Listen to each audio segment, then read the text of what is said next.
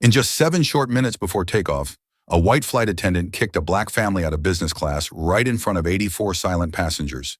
But what she didn't know was that the man she humiliated was President Traoré. So here's the question. What happens when a world leader chooses silence over retaliation? And why did that silence make the entire world stand up? For him, the terminal buzzed with the controlled chaos of international travel. Early morning announcements echoing off glass walls, tired eyes behind designer sunglasses, and the rhythmic drag of sleek suitcases rolling over polished tile floors. Gate 14 was especially busy. A line of passengers snaked past velvet rope suits, pressed heels clicking phones glued to ears. People were rushing, complaining, faking politeness, calculating their boarding advantage like it was a sport. First class, priority gold, platinum elite. But not all eyes were on departure screens. Some glanced too long, too sharp toward a family standing quietly near the premium check-in counter. The man wore a long, dark civilian travel coat buttoned high to the neck. Beneath it, just visible at the collar, were the edges of a tan uniform. His posture was upright, deliberate, not arrogant, just measured. His name was Ibrahim Traoré. Beside him stood Marama, poised, dignified, wrapped in a deep navy blue scarf that framed her face like soft armor. She held the hand of her youngest child while the older two stood close, quietly sipping juice from boxes. They wore matching coats, their shoes polished, their hair neatly done. They didn't fidget. They didn't complain. But they did stand out. Not because they were loud, but because they weren't. In a place full of voices and motion, they were still. And that stillness unsettled some. A check-in agent at the counter hesitated, just for a moment. A glance exchanged with her colleague. The subtle raise of one brow. Then the customer service smile snapped into place like a mask. "Good morning, sir. May I see your documents?" Ibrahim handed over the full folder boarding passes, passports, a printed itinerary, even a diplomatic clearance letter. She scanned them too quickly. "Oh, one moment, please. I just need to verify something with my supervisor." She didn't wait for an answer. She turned and disappeared into the staff corridor, leaving the family standing by the desk. The line moved on. No one said a word, except one man behind them who muttered under his breath, "Always the extra paperwork." 5 minutes passed, then 10. Other passengers breezed through, a couple in matching cashmere, a businesswoman with a dog in a designer bag, a loud group of young influencers filming themselves. No one else was pulled aside. Then came the agent again. Her smile was wider now, more practiced. "Thank you for your patience. You're all set. Please proceed through priority boarding." No apology, no explanation. Just a subtle nod as if the family had caused the delay. Ibrahim didn't flinch. He simply turned, picked up the smallest suitcase, and nodded to Marama. They walked through the gleaming terminal, past designer storefronts and sleek lounges, past glances that lingered too long on their skin, their silence, their stillness.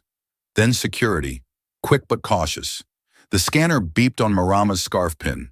A second check, apologetic tone but no smile.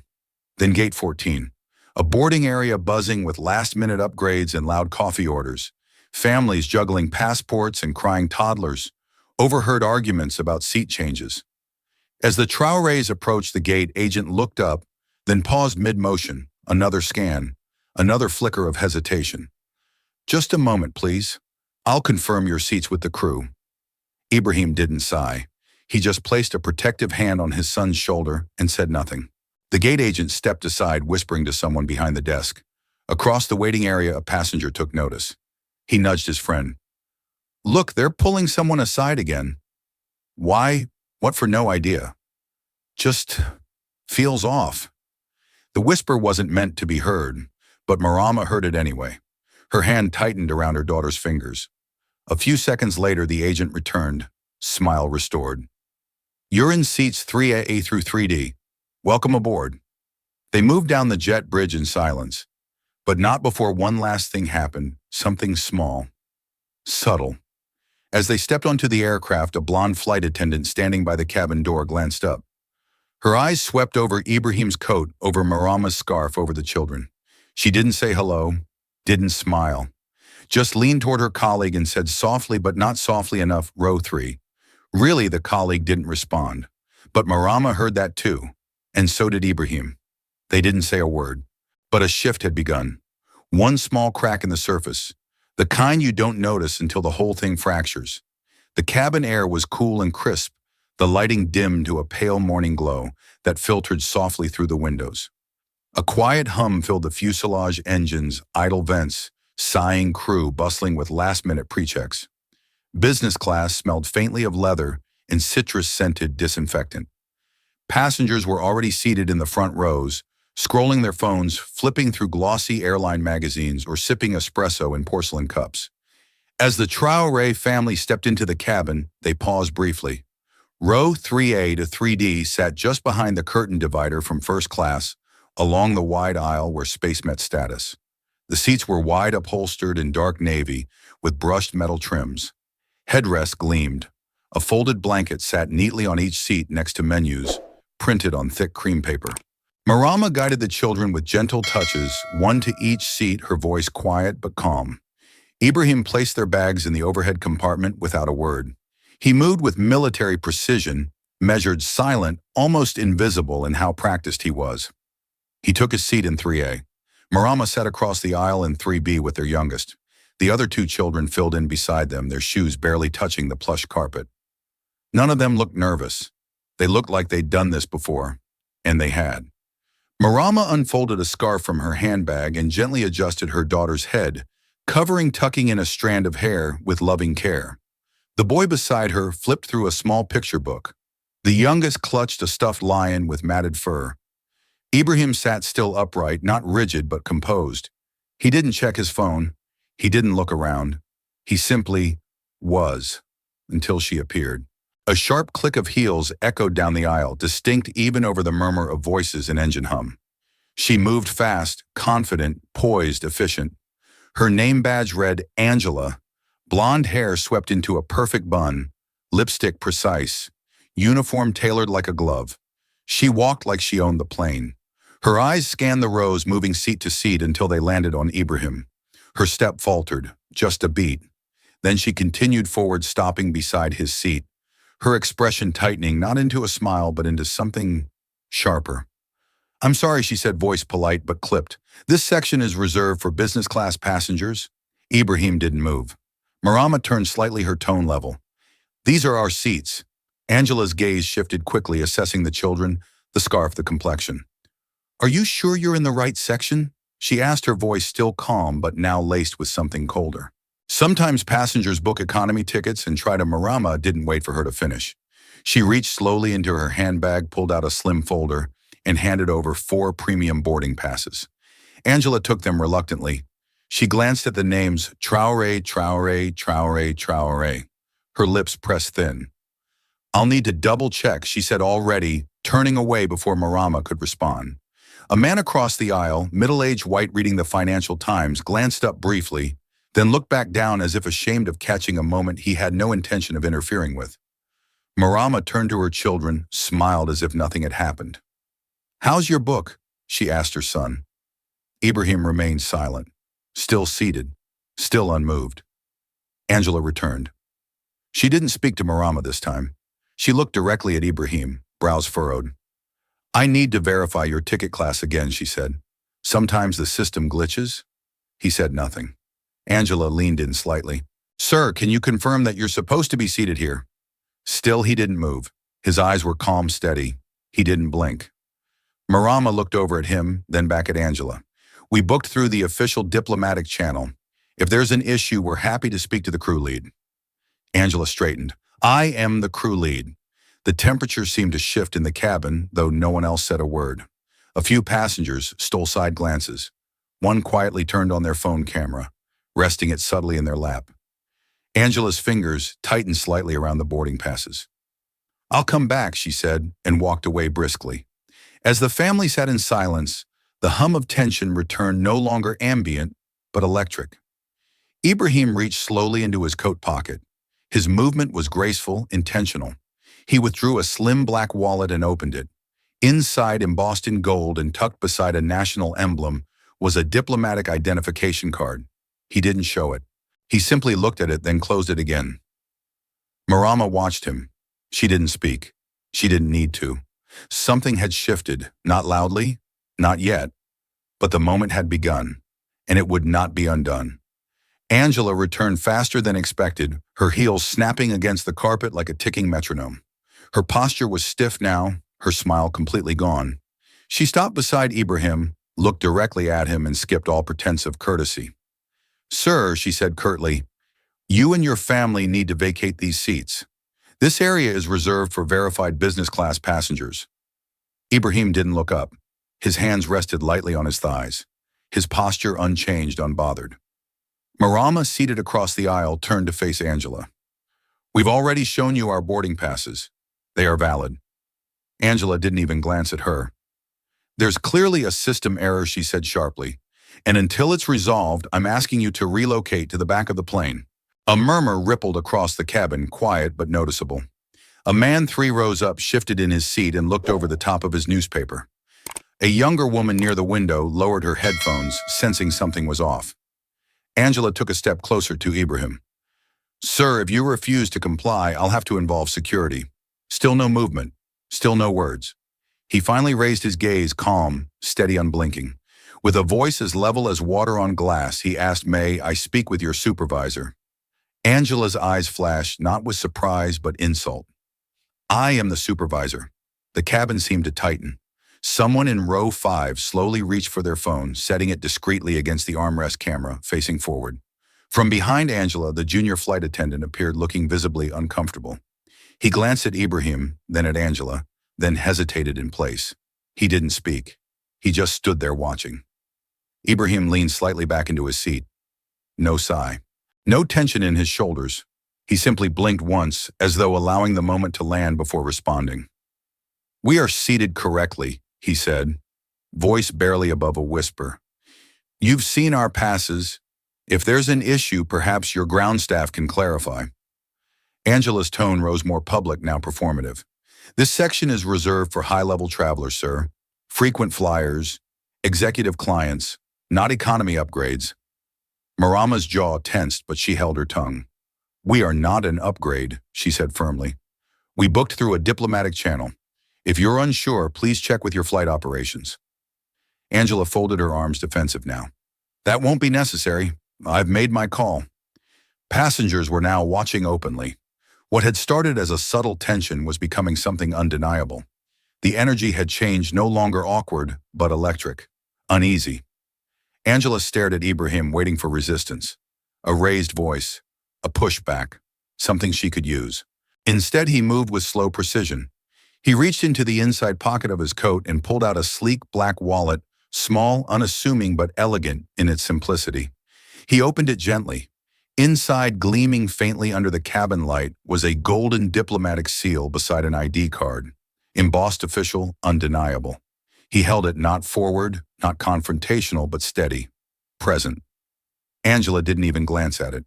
She scoffed, turned away, and muttered under her breath, "I don't care who you are." Ibrahim said nothing. He closed the wallet slowly and rested it on his lap. The silence in row 3 deepened, not empty, but loaded. Something had shifted, and the plane had not yet moved an inch. Angela stood tall, arms crossed, her uniform perfectly pressed, her gaze locked onto Ibrahim like a hawk waiting for an excuse to strike. Her jaw tightened when he gently placed the diplomatic wallet on the open tray table before him. She didn't lean in. She didn't look closer. She scoffed. That could be anything she said, her voice laced with dismissiveness. "People print all kinds of fake IDs nowadays." Ibrahim didn't respond. He merely sat, hands folded, expression unchanging. His silence now felt heavier than any spoken word. A silence that did not yield. A silence that refused to dignify her insult. Marama, still seated across the aisle, reached for her daughter's hand. The little girl looked up, confused, then turned towards her mother's scarfed shoulder and leaned in.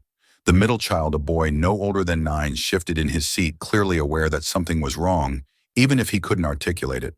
He fidgeted with his seatbelt, glancing at his father, then at Angela, then back at his fingers. Marama kept her voice low and soothing. "It's okay, we're okay." But her eyes, those dark, observant eyes, were burning. Not with rage, but with the quiet devastation of a mother being humiliated in front of her children. In the row behind them, a woman subtly angled her phone camera through the gap between the seats. Not obvious, but deliberate. The man beside her tapped her arm lightly. She shrugged, whispered, just in case. Another passenger, a well-dressed businessman, seated in 2C, removed one earbud, leaned toward Angela, and said in a low, cautious voice, "Excuse me, but you may want to double-check that ID. It looks real to me." And well, he's been calm this whole time. Maybe there's something you're missing. Angela barely turned to look at him. "Thank you, sir, but this is being handled." He paused. "I'm just saying if he's who I think he is," I said. She cut him off sharply. "It's being handled." She turned her attention back to Ibrahim. "Sir, if you do not comply, I will call airport security and have your entire family escorted off this aircraft." Still no movement. Ibrahim's hands remained folded, his demeanor unchanged, unthreatening, unapologetic. The businessman leaned back in his seat, slowly raising both brows, as if to silently say, "Okay then. Let's see how this ends." 2 rows back, someone else began recording. The subtle red light of a phone camera blinked from behind a book held upright like a shield. In a world where injustice had gone viral before people had learned when to press record, Angela glanced around, noticing the shift. "I'm asking one last time," she said, raising her voice now, not yelling, but enough to carry across the front rows, enough to signal a scene. "You need to vacate these seats before this becomes a legal matter." Marama leaned forward, her tone sharp but composed. Legal matter, based on what Angela didn't answer. She simply held out her hand toward the ID. Finally, a moment of opening. But she didn't take it to examine it. She took it and held it up high, almost theatrically, like she was revealing a counterfeit bill in a crime drama. "Anyone could make this," she said loudly. "You can buy these online." A ripple of discomfort moved through the cabin. A woman in 1D whispered, "She didn't even read it." Marama stood now slowly, her hand still holding her youngest child's. Her face was calm, her voice low, but every syllable was like steel. "My husband is a recognized head of state. You are humiliating us in front of our children, and you still haven't checked anything with the ground crew or verified the ID." Angela snapped back, "Ma'am, please sit down and stop escalating the situation." But it was clear to everyone now who had escalated it. The silence that followed was no longer ignorance. It was choice. Ibrahim finally reached out gently, taking back the wallet from Angela's hand. Still no anger, no demand. He opened it again, placed it flat on the tray table. This time he turned it outward toward the aisle, toward the watching eyes, toward the dozen silent witnesses. Golden emblem, official stamp, signature. The kind of ID you don't just buy online. He didn't say a word. He didn't have to, because now the entire cabin was watching. Long before the cabin lights dimmed and the tension took its seat in row 3, the first crack in the polished facade of the airport had already shown itself. It started at the check-in counter hours earlier, under the glow of polished marble and LED signage that whispered promises of luxury. "Priority service," the sign read. Beneath it stood a smartly dressed attendant, young white, impeccably groomed and visibly startled when the Traoré family stepped forward. Ibrahim had approached calmly, passport and booking documents in hand. Marama stood just behind, one hand lightly resting on the handle of their daughter's suitcase. The children were quiet, eyes wide, voices low, well coached in how to move through unfamiliar space without drawing attention. The attendant glanced up. His smile was immediate, but it didn't quite reach his eyes. His tone was soft, too soft. Not warm, but controlled. Like someone had told him, "Be extra polite just in case." "Good morning, narrate, sir. May I help you?" Ibrahim offered the documents. "We're checking in for flight 726 to Geneva. Business class." The man took the papers and scanned them. There was a pause, not long, maybe 2 seconds too long, a flicker of something in his expression, a glance sideways to the next counter where another agent was greeting a couple in matching white linen. The couple, both blonde, both laughing, handed over passports. Their agent's response was instant. "Ah, yes, Mr. and Mrs. Fielding. We've upgraded you to row 1A and 1B. Champagne will be served as soon as you board." Marama noticed it. Not just the difference in words, but in rhythm. The Fieldings were already being welcomed while her family was still being verified. The agent's smile widened unnaturally. "I'm just going to run a quick manual check," he said, voice syrupy. "It's routine." Please step aside for a moment. There was no explanation. Just a polite gesture toward a space near the wall out of the way, but visible enough to be seen waiting. Marama met Ibrahim's eyes. No words passed between them. They knew this step. They'd lived it before. They moved aside. 3 minutes passed, then 7. Other first-class passengers walked past without interruption. Some were greeted by name. Some were offered lounge invitations. No one else was asked to wait. A supervisor appeared, spoke briefly with the agent, looked at the documents again, then at the family one long, unreadable glance. Then a nod. Everything seems to be in order, the agent finally said. You're confirmed. Gate 14. Boarding will begin in approximately 1 hour. No apology, no explanation, no mention of why their perfectly valid documents required extra scrutiny. Just the same plastic smile. As they walked away, Marama spoke softly under her breath, meant only for her husband. Too polite, she said. Polite like we're glass. Not welcome. Ibrahim didn't respond. He never did in moments like that. His stillness wasn't silence. It was strategy. A decision not to give the system what it wanted reaction. They found seats in the corner of the lounge. A complimentary fruit platter sat untouched on the table nearby. A man in a crisp suit offered them water, but didn't ask their names. No one checked on them again. Meanwhile, the Fieldings walked past with Bellinis in hand, laughing loudly, already talking about whether they should complain if the flight didn't serve mimosas with breakfast. Marama watched them board. She wasn't bitter. She was tired. Tired of small things made large. Tired of subtle lines drawn in invisible ink lines you were never told existed until you tried to cross one. And now, hours later inside the cabin, Angela's voice, her performance, her condescension, it wasn't a beginning. It was an echo of a pattern, a script, a quiet ritual written into the architecture of travel. Marama leaned back in her seat. Her children had grown quieter. Her husband had grown stiller. She looked at the curtain separating first class from business. It swayed slightly as someone passed through. Same plane, different world. And she couldn't help but think, what's more dangerous, loud hatred or polite distance? At the far end of the cabin, where the galley lights glowed faintly behind a half-drawn curtain, Noah, the junior flight attendant, was flipping through the manifest on his tablet. He had been quiet during the confrontation, too. Junior too uncertain, but something about the scene hadn't sat right with him. He scrolled past familiar names, highlighted status tiers and crew memos until something stopped him. Name Traoré Ibrahim. Class business. Status priority. Diplomatic clearance flagged. Note discreet handling. Verify with flight command if issues arise. His eyes widened. He double-checked the seat number. Row 3A. The same calm man Angela had just threatened with removal. The same man who had shown her an official-looking ID she had waved off without a glance. He felt a knot tighten in his chest. Something wasn't right. He tapped on the intercom requesting a discreet line to the cockpit. A few seconds passed, then the captain's voice came through calm, clipped professional. This is the flight deck. Sir, this is Noah in business. Passenger Ibrahim Traoré, seat 3A. He's on our manifest as a flag diplomat. Notes say, verify with command if conflict arises. There was a pause. Then copy that. Let me check with ground control. Noah exhaled and pulled the curtain back slightly. He could still see Angela, arms crossed, standing by the front bulkhead like a sentry. She hadn't noticed him yet. She was too busy glaring at Ibrahim. Back in row 3, the air had grown heavier. Passengers sensed something was unfolding, though no one was quite sure how deep it ran. The whispers were quieter now, less judgmental, more curious. 2 rows up, the businessman from earlier was watching closely. He leaned back just slightly enough to catch the words as Noah returned, stepping close to Angela and speaking low but firm. I checked the manifest, he said. He's on the diplomatic priority list. We're supposed to verify with command before making decisions. Angela barely turned, and Noah hesitated.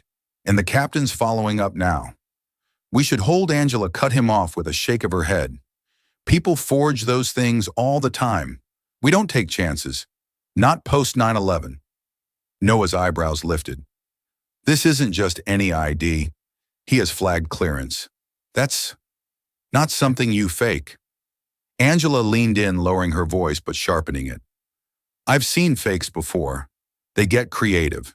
And unless someone from government steps on this plane, I'm not buying it. But I said no, she snapped. He doesn't belong in that seat. I'm not backing down over some clever prop. Noah looked past her toward row 3A. Ibrahim hadn't moved, but his stillness now carried weight, like a stone planted in the middle of a shifting current, and the current around him was definitely shifting. From the cockpit, a light blinked on. The captain had received confirmation, but Angela wasn't looking at the light. She was looking at a man she had already judged and could no longer control. And for the first time since the plane began boarding, she felt something unfamiliar rising beneath her professionalism, doubt.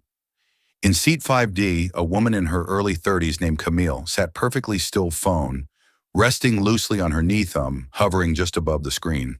The clip she'd captured was short, just under 28 seconds, but it burned. In it, Angela's voice was unmistakable, rising with crisp frustration. You people don't belong here. That phrase. Not this seat is incorrect, not please cooperate, but you people. The camera had shaken slightly, caught just enough of Angela's uniform, the edge of her posture, as she loomed over row 3. Caught the quiet faces of Marama and the children seated and still. Caught Ibrahim's hands, unmoving, folded in his lap. And caught the raw quietness of a moment where power tried to shame dignity. Camille watched the clip again, her heart pounding. She wasn't an activist. She wasn't even particularly confrontational. But something about the way the woman had said you people twisted in her chest like a wire being pulled tighter. She opened Twitter. Camille travels. I didn't want to post this, but it's wrong. This just happened on my flight. Flight attendant tells a black family, you people don't belong here. They were calm. She wasn't. Hashtag row 3 flight 726. What happened here? She hesitated, then hit post. Almost instantly, a small tremor began. A like, a retweet, a reply. Wait, that guy looks familiar. Then just 20 rows away in the same cabin, another phone buzzed. A man named Reese, freelance journalist for a human rights blog, blinked at Camille's video as it autoplayed in his feed. He leaned forward, staring at the image. I've seen him before, he muttered. He paused, the clip squinted, zoomed in on Ibrahim's face. Not the full face, just the profile partly turned. The calm jawline, the military trim, the posture. Reese typed, Reese Global. Hold up, is that President Traoré of Burkina Faso? If this is real, that flight crew is done. Hashtag diplomatic disaster row. The tweet blew past 3,000 likes in under an hour. The clip was already being clipped again, trimmed into shorts for Instagram, TikTok. People were reposting it with captions like, this is what flying while black looks like. Even presidents get profiled. He said nothing. Look what she said. A popular activist account posted the video side by side with a photo of Ibrahim in uniform at the UN General Assembly. Caption, she looked at this man and still saw a threat. Back on the plane, none of this had yet reached Angela. She still stood near the cockpit, jaw tight, oblivious to the storm now building beyond the fuselage. But Noah knew.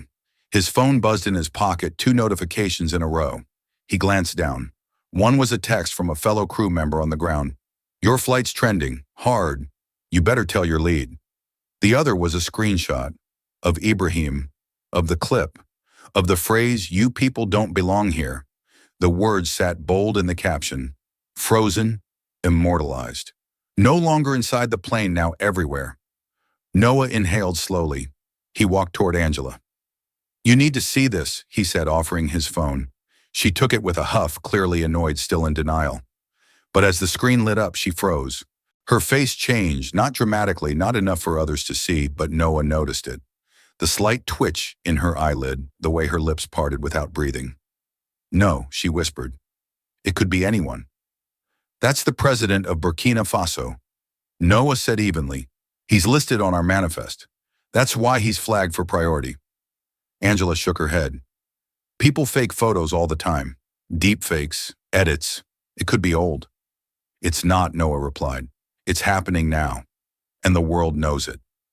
Angela looked up suddenly, very aware of the eyes now watching her, not just from row 3, but from row 2, row 5, even the galley. She saw Reese staring. She saw Camille silently holding up her phone. The clip had left the plane, and now it was circling the globe at 30,000 feet per second. The air in the Airlux crisis response room was icy cold despite the heat rising beneath every collar. Dozens of screens lined the walls displaying flight paths, gate activity, social media dashboards, and news tickers. Every few seconds, a new ping, new mention, new share, new outrage. In the far corner, Dana Wexler, legal liaison and compliance assistant, sat with a headset half on fingers flying across the keyboard. A third-year law grad on rotation from the Ethics and Litigation Division, Dana had seen minor flare-ups before passenger complaints, luggage horror stories, the occasional overbooked scandal. But this was a firestorm. She clicked into the trending post. Over 3.2 million views in under 2 hours. Ibrahim Traoré's name had now entered CNN's live update scroll. The BBC had just requested comment. Hashtags were multiplying: Rover 3 Airlux exposed diplomat, while Black Angela Gate. Dana clicked open the internal portal and typed the name Angela Matthews. Search flight attendant profile. Internal. Location, Paris base. Status, active lead crew. Scroll. Scroll. And then there it was, complaint history 2019. Passenger flagged incident of rude tone and dismissive language. 2120 family of 4 filed report for being reseated without cause. Internal note, guest perceived discriminatory treatment. 2022 peer review marked abrasive with passengers of diverse backgrounds. All closed, no disciplinary action. Dana exhaled. Jesus. She opened another tab, internal crew chat archives flagged under diversity culture audit threads. These were only accessible to legal and internal HR for investigation. She scrolled through banter emojis inside jokes until she saw one Angela M. Jan 17. Guess I've got the diversity row again. Time to rehearse names I can't pronounce. And then Angela M. Mar 22. Had a whole family today with passports I couldn't read. Gotta love inclusion.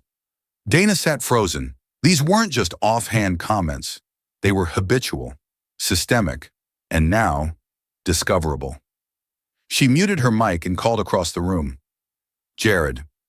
We've got a containment problem. Jared, a senior in public affairs, turned with a pale face. More tweets. No, Dana said, turning her laptop toward him. Internal chatter, past complaints, and documented bias. Not once, multiple. He scanned the screen. Oh, God.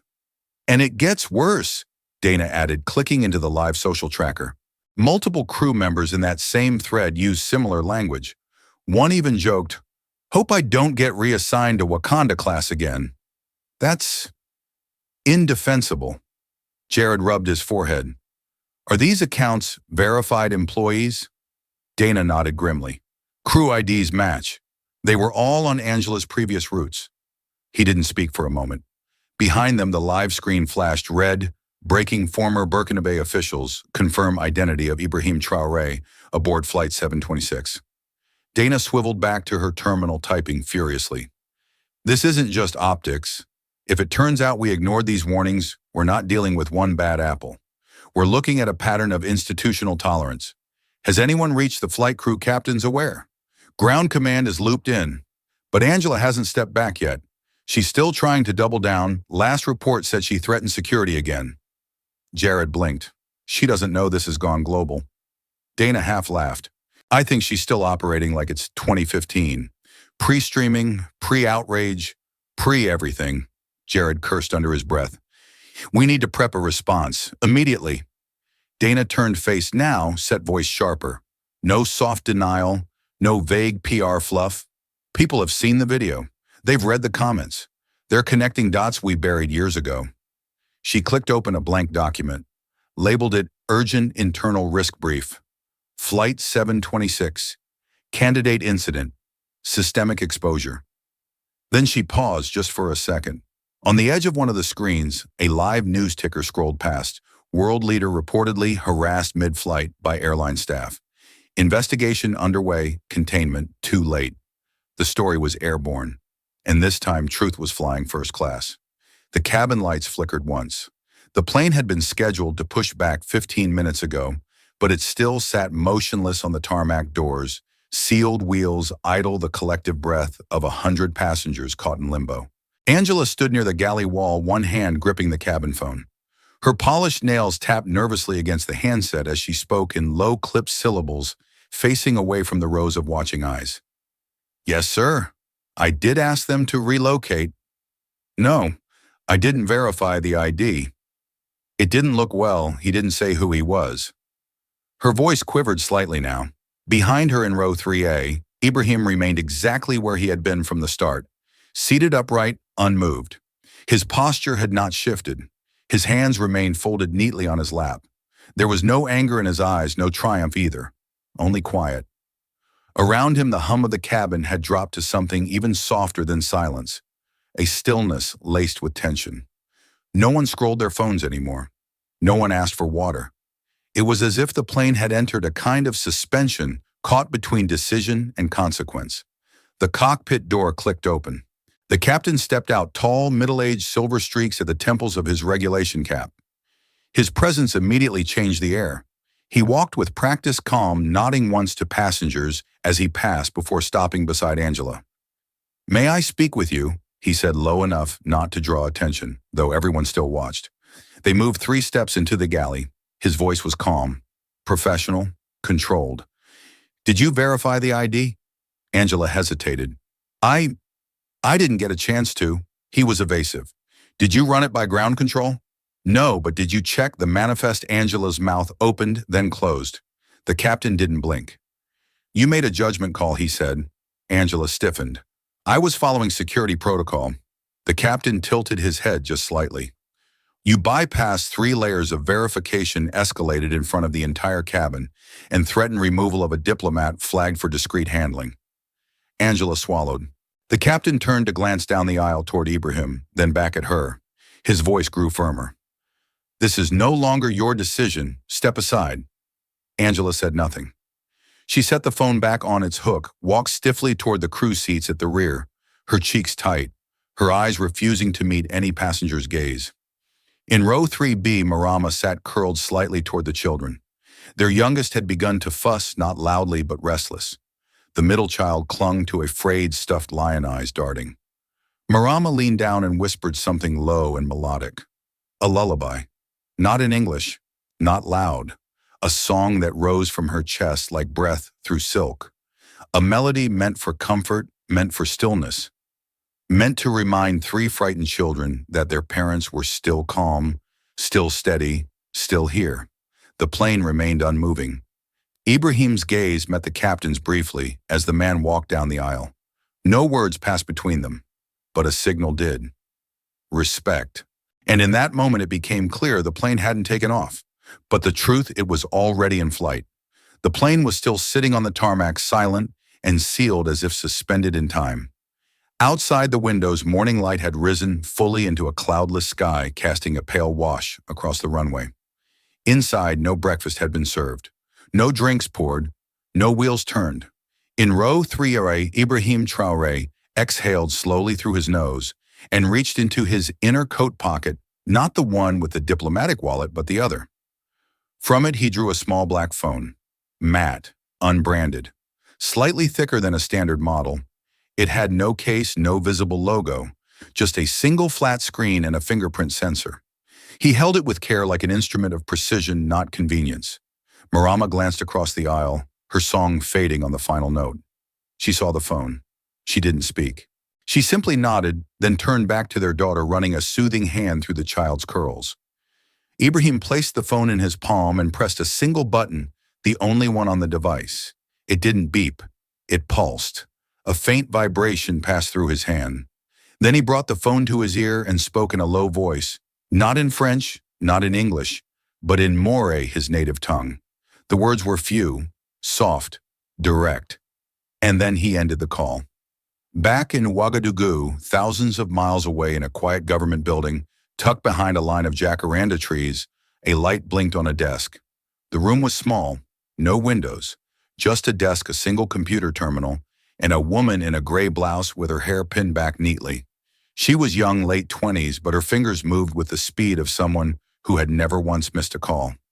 Her name was Tene, and she was Ibrahim's press assistant, though the official title did little justice to what she actually was.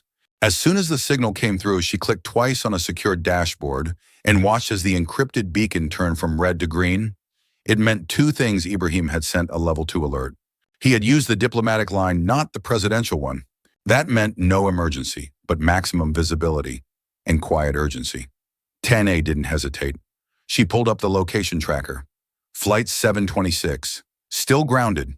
She opened the encrypted press queue. Already she could see news bulletins stacking: BBC Africa, Reuters, France 24.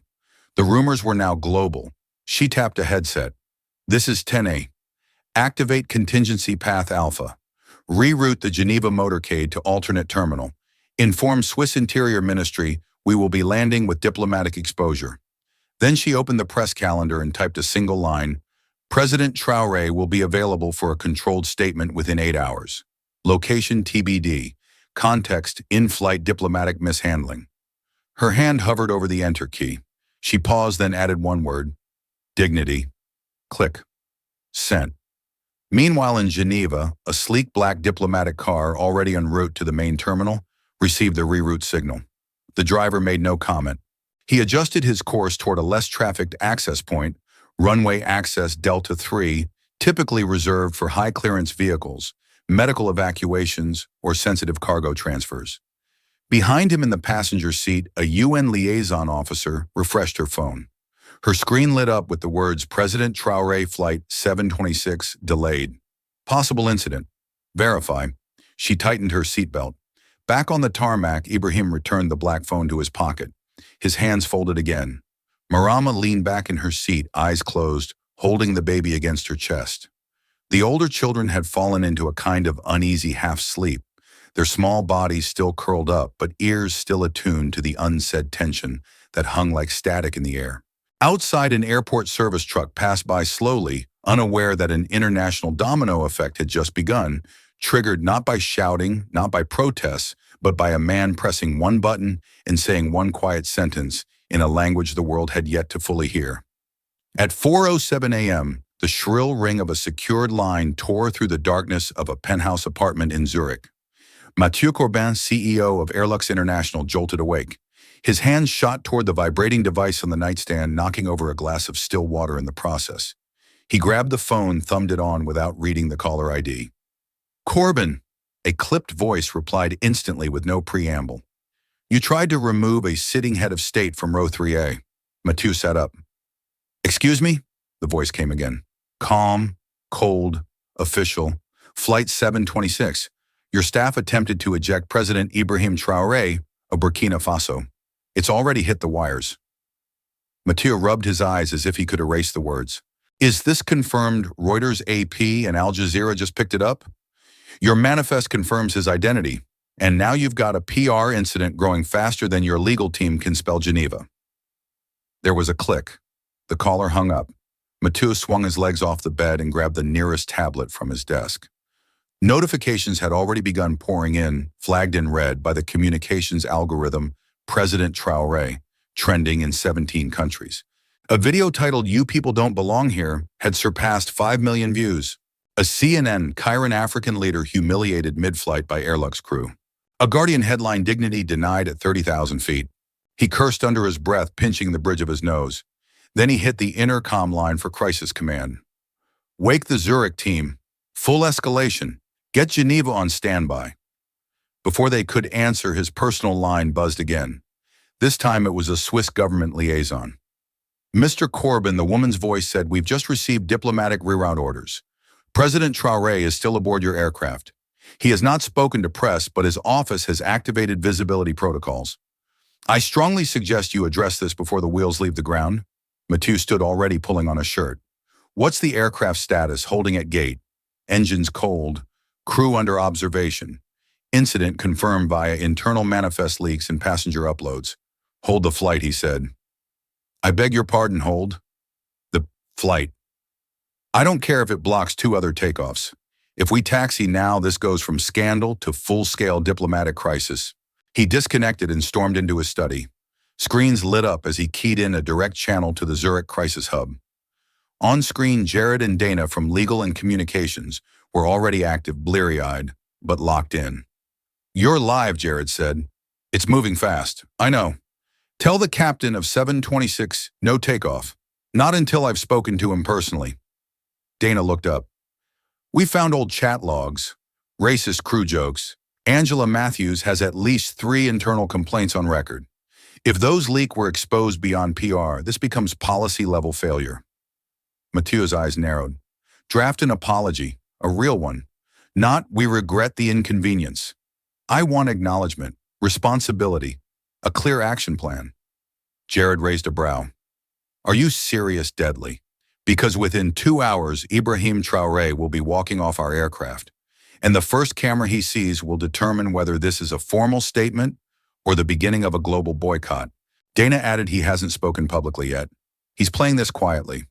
"That's worse," Mathieu nodded grimly, "because that means he's giving us the chance to do the right thing before he lets the world watch us fail." He turned to the screen again. "Send an immediate order to the Geneva ground team. Secure a private reception channel. Prepare our diplomatic liaison with a written letter. And for God's sake, keep Angela Matthews away from the cabin." Silence. Then Dana said softly, "Flight crew reports say..." "She's still arguing." Mathieu didn't blink. Not anymore. He leaned back. The room was humming with tension, but his voice was steel. "From this moment forward, she no longer represents Airlux." By the time dawn broke across the eastern seaboard of the United States, the internet was already wide awake and furious. The video had become more than viral. It had become personal. On TikTok, Instagram, and especially X, formerly Twitter, the hashtags had begun to stack like bricks in a wall of collective memory. Row 3 President, Traoré, dignity, grounded, and now most notably, respect is not luxury. That last one had taken off with unexpected speed. What began as a caption under a reshared version of the video soon morphed into a rallying cry.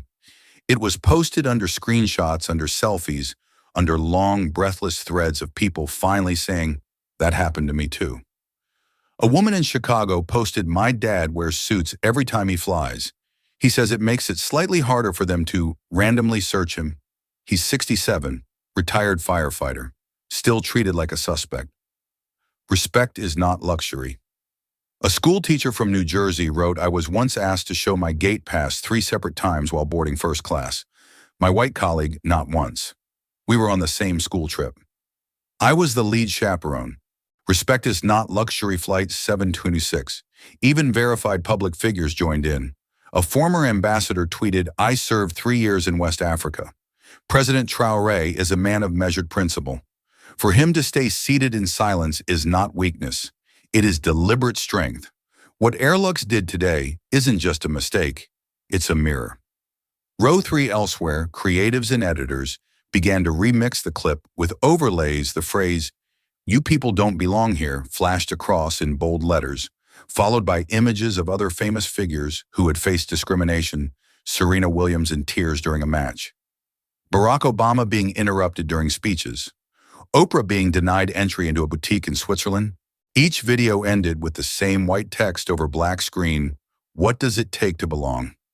At the same time, comment sections exploded with voices from people of color who recognized the exact tone, the precise look, the same over-politeness, masking suspicion that had become their daily norm.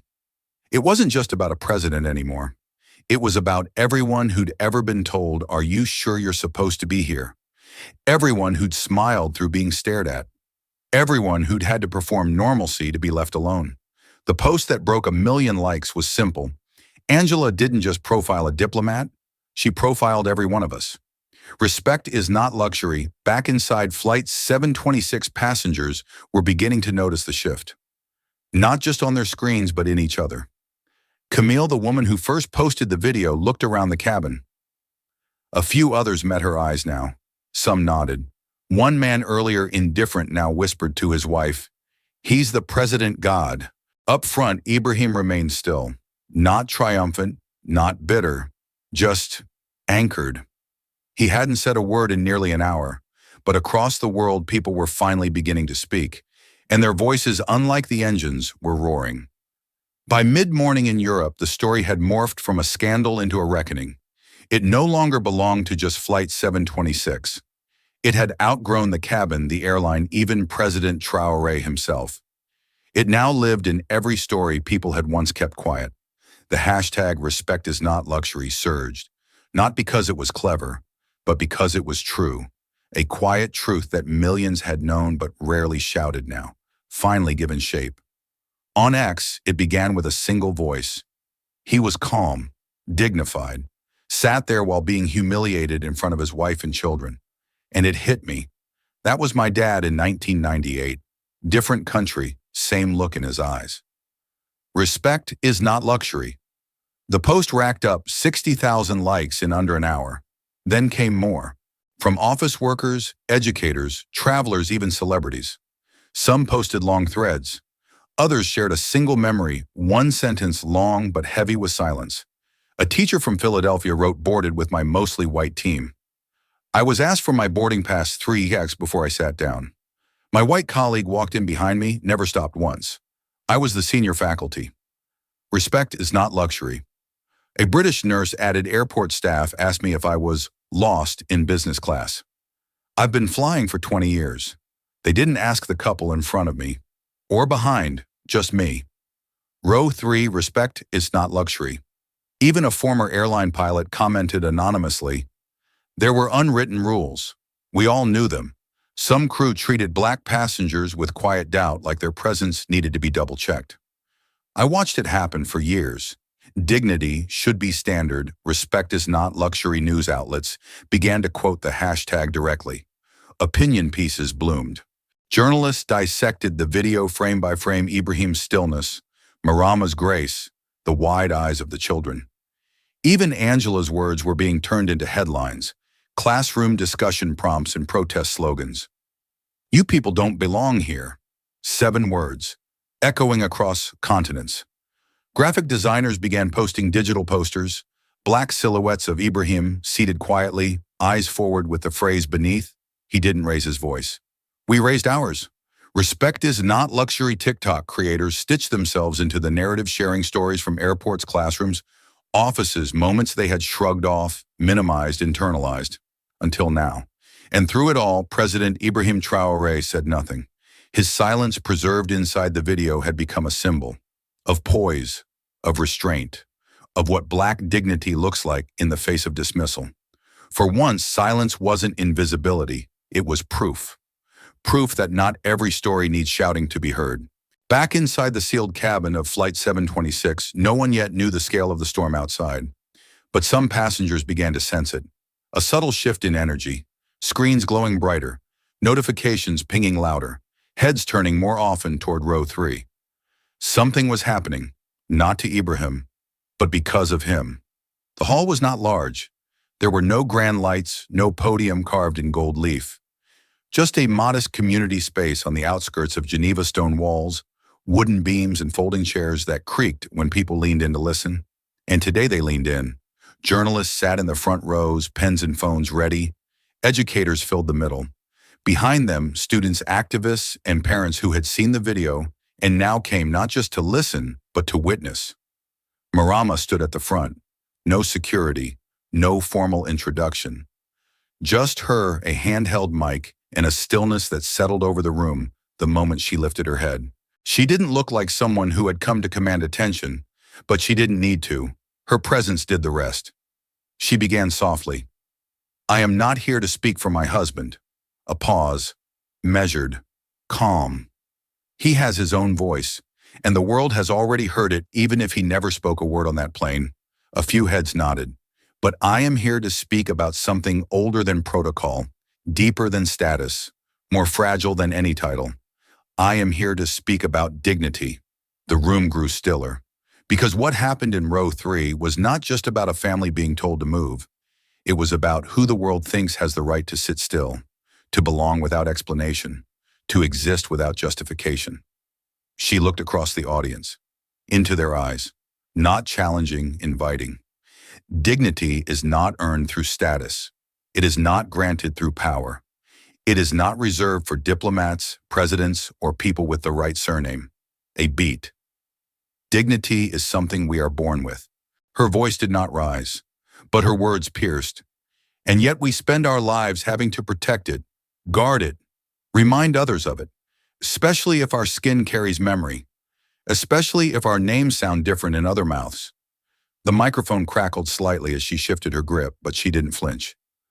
I am a mother. That morning I was holding my baby in my arms, trying to soothe her while strangers stared, while someone in uniform decided without knowing us that we did not belong. A journalist blinked back tears. My children watched their father be accused without accusation, disrespected without reason. And yet he stayed calm. Not because he felt small, but because he was anchored in something deeper than insult. Marama's voice lowered like a whisper meant for every soul in the room. He didn't respond in anger, because we have taught our children and reminded ourselves that anger is not the only way to prove truth. She looked to the back of the room. A young girl, maybe 10, stared back wide-eyed. Silence can be strength. Stillness can be resistance. And love, quiet, firm, unshakable love, is the fiercest answer we have. A long silence followed. No one moved. No one clapped yet. Then she spoke again, one final line. The next time someone tells you that respect must be earned, remember that dignity was never up for negotiation. There was no applause at first, only breath. Sharp, shared, held. Then it began, slow rising, sustained. Not out of celebration, but out of recognition. Not for what had been said, but for what had finally been named. The email came at 6:14 a.m., Geneva time. Subject: administrative action. Flight 726 incident. Angela Matthews is hereby placed on indefinite administrative leave, pending formal investigation. Effective immediately. There were no flowery explanations, no comforting phrases, just black text against white screen, as sharp and final as a slammed door. Angela read it 3 times, her eyes dry, her hands trembling just slightly. She was still in uniform. She hadn't even left the hotel room provided for crew layovers. She had assumed the company would issue a defense, a delay, a statement about misunderstanding. But the world had moved faster than denial. By now, her name was trending in 4 countries, not in sympathy, but as a symbol. On TikTok, she had become a character, the gatekeeper in the sky, Karen of the clouds, the woman who told a president he didn't belong. Memes exploded. One showed her face photoshopped onto the Statue of Liberty. Eyes rolled, hand up. Give me you're tired, you're poor, unless they're in row 3. Her voice, you people don't belong here, had been remixed into music tracks, comedy sketches, classroom discussion videos. She wasn't just viral, she was infamous. Then came the leak. Screenshots from the internal crew group chat surfaced, the ones Dana had flagged days before. They were posted anonymously at first, but quickly confirmed by former coworkers. Diversity row again. Another flight of Wakanda passports today, LOL. Hope someone warns the trainee not to pronounce the African names. Angela's name was attached to all of them. Screenshots spread like wildfire. She tried to fight back. She recorded a video from her kitchen, hair down, makeup, soft light from a nearby window, casting half her face in shadow. I want to say I'm sorry if anyone felt disrespected. That was never my intention. I've always tried to treat everyone with equal care. But her eyes didn't match her words. The internet saw through her. The top comment under the video read, "You said you people with your whole chest. Don't hide behind misunderstood now." Another wrote, apologizing for how people felt isn't the same as apologizing for what you did. The dislikes overwhelmed the views. Within 24 hours, her video was deleted, but screenshots lived on. Then came the lawsuits. One from a former passenger, a black lawyer, who had filed a complaint against her 2 years prior for racial profiling. Another from a former flight attendant who said Angela had blocked her promotion and once mocked her accent in front of colleagues. Her inbox filled with legal notices. By week's end, her LinkedIn page was gone. Recruiters stopped calling. A travel industry watchdog placed her on an internal risk profile list. Quietly, her career vanished, not in a blaze, but in a slow collapse, brick by brick, truth by truth.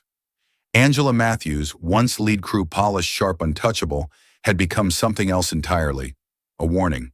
The house was quiet. No cameras, no microphones, no reporters waiting outside, just a breeze through the curtains, and the faint hum of cicadas rising in the late afternoon sun. Home. Marama stood in the doorway of the children's room, her hand resting gently on the wooden frame. The light inside was golden, filtered through linen drapes. Toys were scattered neatly in corners, books stacked high on low shelves. The smallest pair of sandals sat near the rug, one turned slightly sideways as if paused mid-adventure. On the bed sat Awa, the middle child, hugging her lion plush. Her eyes were soft, thoughtful. The others were napping, but Awa had stayed awake quiet all afternoon. She looked up when Marama entered. "Mama," her voice was small. "Yes, my heart." Awa hesitated. Then carefully, as if the words themselves might break, she asked, "Why didn't that lady like our color?" The question floated in the room, like a feather light in tone, but too heavy to land softly. Marama sat beside her, wrapping an arm around her daughter's shoulder. She didn't answer right away. She let the silence stretch for a few moments, giving weight to the truth it deserved. Then, with a voice as gentle as breeze on skin, she said, "Because some people forget to see hearts before they see skin." Awa blinked. "What does that mean?" Marama ran her fingers through Awa's braids, smoothing them one by one. "It means there are people in this world who look at others and only see what is outside, the shade of their skin, the shape of their nose, the way they talk or walk or wear their hair, and they decide what someone is worth before they even learn who that someone truly is." Awa leaned into her mother, thoughtful. "But that's not fair." Marama smiled softly. "No, it's not." There was a pause. Then Awa asked, did Papa get sad when she told him to leave Marama? Thought of Ibrahim's stillness on that plane, of the quiet pain in his eyes, of how he had breathed in the insult and exhaled grace. "He didn't get sad," she said gently. "He got strong. He stayed calm, not because it didn't hurt, but because he knew who he was. He knew that her words couldn't change the truth." Awa looked down at her lion. "He's really brave." Marama kissed the top of her daughter's head. "He is.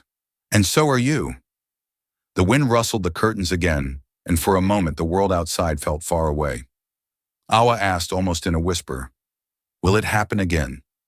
Marama didn't lie. "Maybe," she said. "But every time we choose kindness over hate, and every time we speak up with love instead of fear, we make it harder for the next person to forget what truly matters." Awa smiled, curling closer into her mother's arms.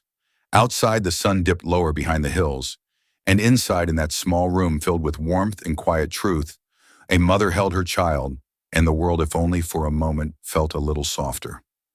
Seen a letter in print. 2 weeks after Flight 726 landed, the world awoke to something unexpected. No televised address, no press conference, no social media video. Instead, tucked between pages of Le Monde, the New York Times, and Jeune Afrique, a letter appeared.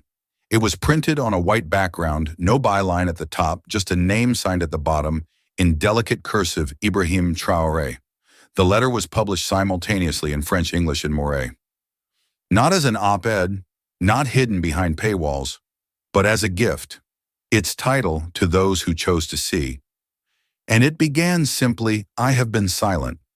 Not because I had nothing to say, but because I wanted the world to listen without being told what to hear." Then it continued. On that flight, many watched. Some filmed, some turned away. One woman chose suspicion. Others chose silence. A few chose to ask questions later. All of it matters. But what matters most is this: we stayed seated. We did not shout.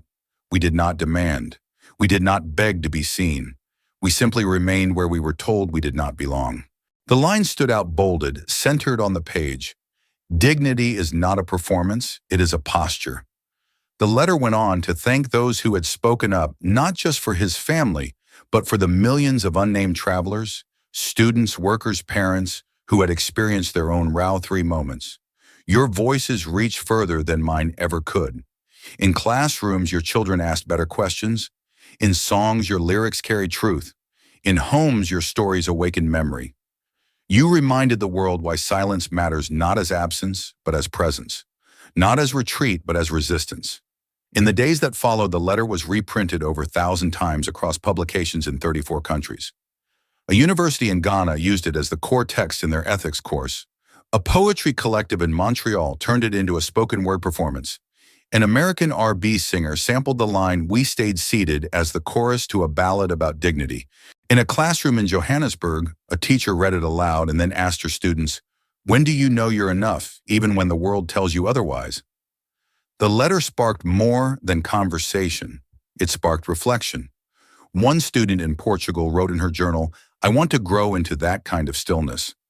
In airports, some travelers printed the line and folded it into their passport sleeves, a quiet shield.